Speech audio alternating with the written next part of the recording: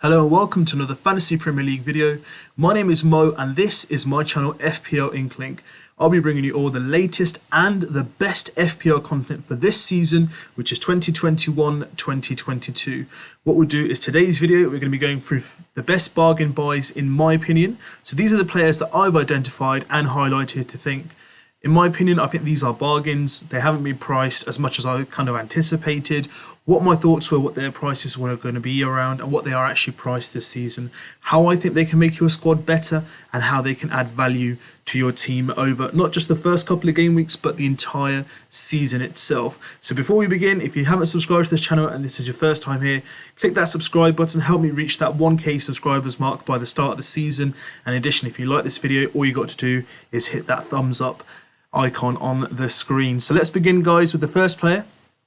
So for me, the first bargain of the season is Mason Greenwood. Now, Mason Greenwood, for me personally, he's coming at 7.5 mil. Now, there are players alongside him who've been increased in terms of price from last season. So you look at players like Phil Foden, you look at players like Jack Grealish. Yep, in terms of points, they did get far more points than Mason Greenwood, but there's a lot of things that we need to take into account when we are looking at Mason Greenwood and the numbers behind what he had last season. In terms of goals, he scored 7 goals with 2 assists, but what you need to remember is 6 of those goals came in the last kind of 10 games of the end of the season. So it shows that he did pick up the pace and the points when he was given the chance. If we compare his points to someone like a Phil Foden scored slightly higher per game, so 7.56 points per game he did get, compared to Greenwood, who was averaging 5.26 per game. And if you compare him to someone like a Jack Grealish, who seems like a hot property at the moment for FPL, we can look at his points per game, which was coming out at 5.62. So there's not much disparity between the two. 5.62 or 5.26 in terms of price is half a mil cheaper. There are some other mitigating circumstances, in my opinion, where I believe that he kind of carries or kind of catches people's eye, or especially my eye, for what makes him so much more special. Even though he got 31 appearances last season, there were kind of some sub appearances in there as well. But what we need to remember is with Rashford being out at the start of the season for a couple of months at least due to his shoulder surgery, this is a great time for him to get some more minutes. Cavani is going to be playing week in, week out. Yes, Sancho will be coming in, so I think that will be spreading the more of the kind of like workload for Bruno. So will that impact Bruno? We'll be waiting to see, but I think Mason Greenwood might get a chance to actually get the pinnacle, or like the forward striker role, which, you know, he's pretty good at. He's got a good left foot and a right foot, and I think, you know, with that in mind, in terms of no other recognised striker for Manchester United, you know, you do have Anthony Martial. Again, these are all players who like to play on the wing, so he might actually get the kind of nod or the go-ahead or the green signal to go out there and express himself in the first couple of game weeks.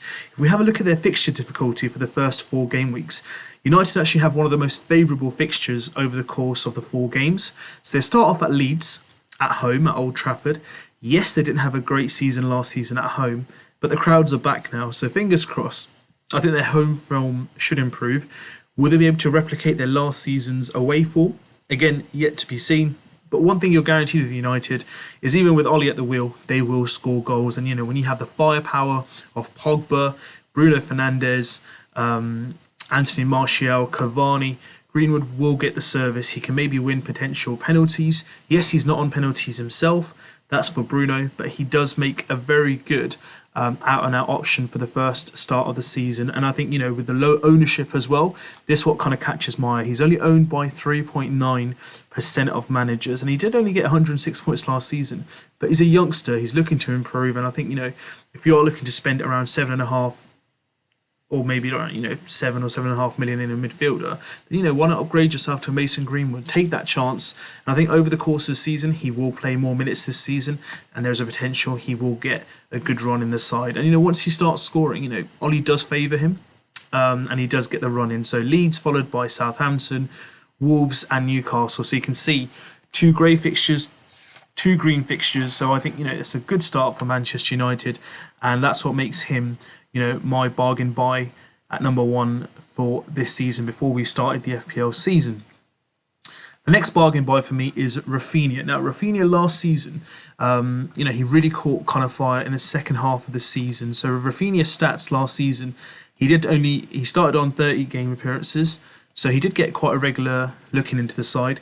The best part about this is he's only 6.5 mil. Now, my initial kind of thought process around his pricing was going to be around 7.5, even 8 mil, because of how well he did at the end of the last season.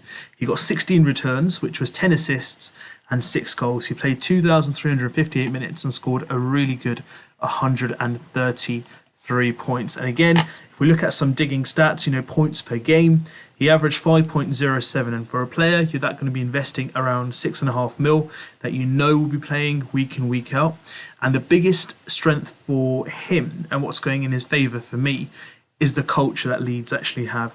Leeds have a very ambitious, attacking, forward-thinking kind of thought process. So people in their team are given that confidence by, their manager.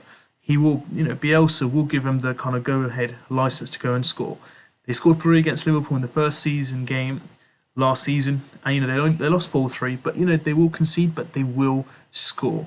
So that's what makes Rafinha for me so much more exciting and so much more, in that regards, he's so much more appealing to me. I mean, his fixtures aren't ideal. Leeds actually have one of the toughest starts for the first 4 game weeks. So you can look at Manchester United away, Everton at home, Burnley away, which is a decent fixture, and then Liverpool at home. So, people are actually looking at drafts where they're looking to potentially triple up eventually. So, someone might be going for a Dallas, Rafinha, and Harrison midfield. They could also look for going to someone like a Bamford up front and the other 2, Rafinha and Harrison in the midfield.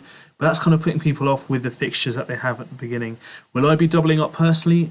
I personally won't be doubling up in the midfield part. However, I'm very inclined by Bamford up front because I know he'll be on penalties as well and they will look to score.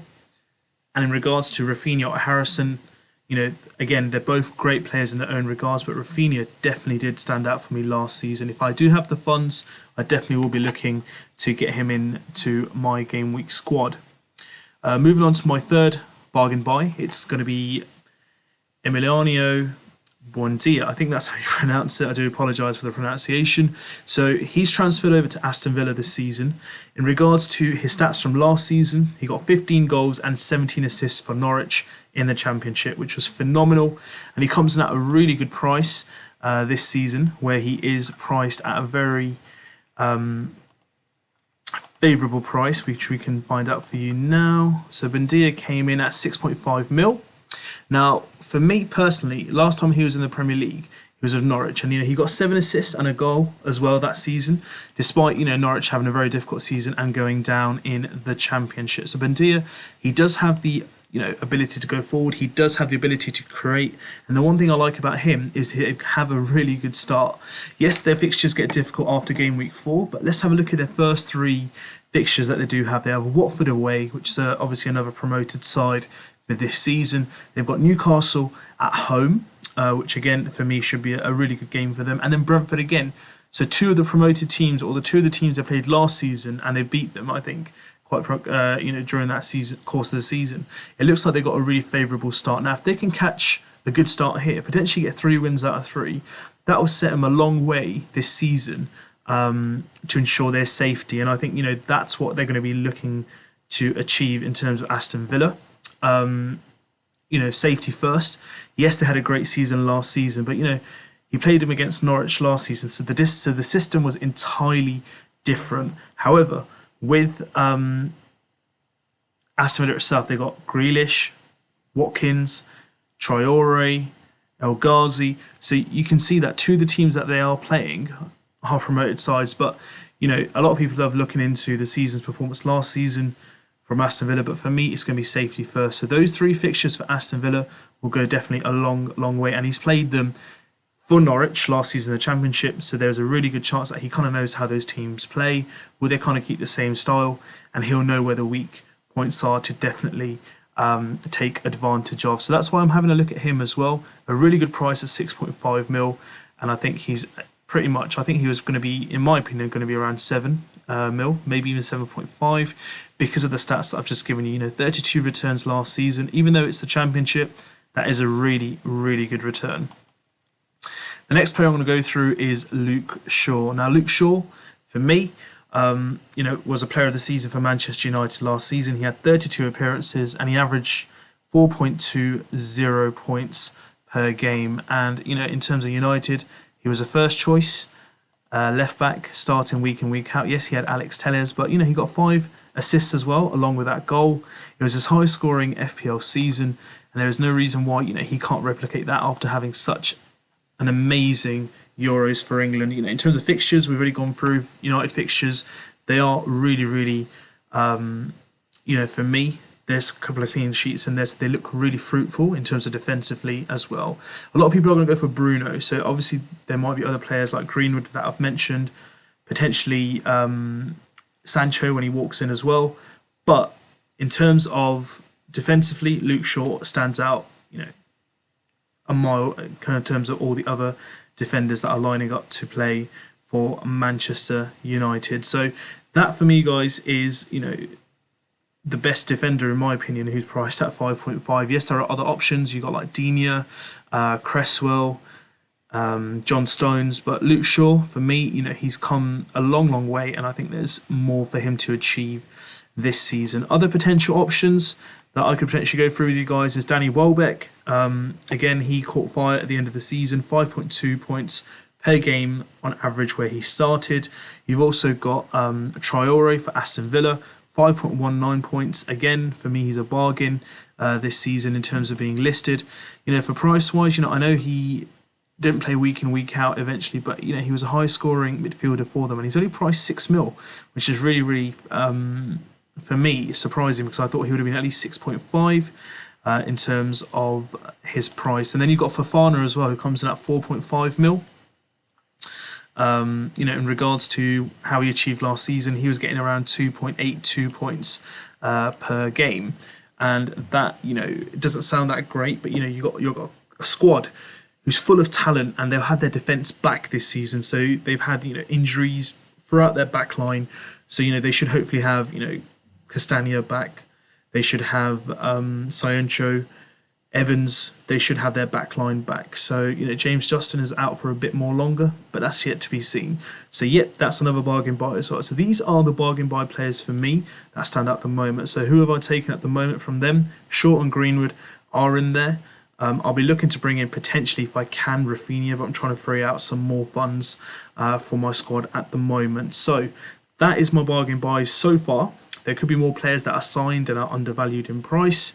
For example, Sancho, let's see what he's priced at. They may be coming in. But at the moment, these are the players that I've identified and I believe are the bargain buys so far of the season. What are your thoughts? Do you agree with the players I've listed?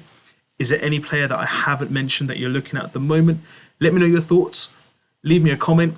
Give me a like if you like this content, and also help me reach that 1K subscribers mark before the end of the season by hitting that subscribe button. If you want to get latest notifications, guys, just hit that notifications bell icon and you will be notified as soon as I release my content. It's been an absolute pleasure. I will be back with some more content. Till then, take care and get your teams ready and started to go.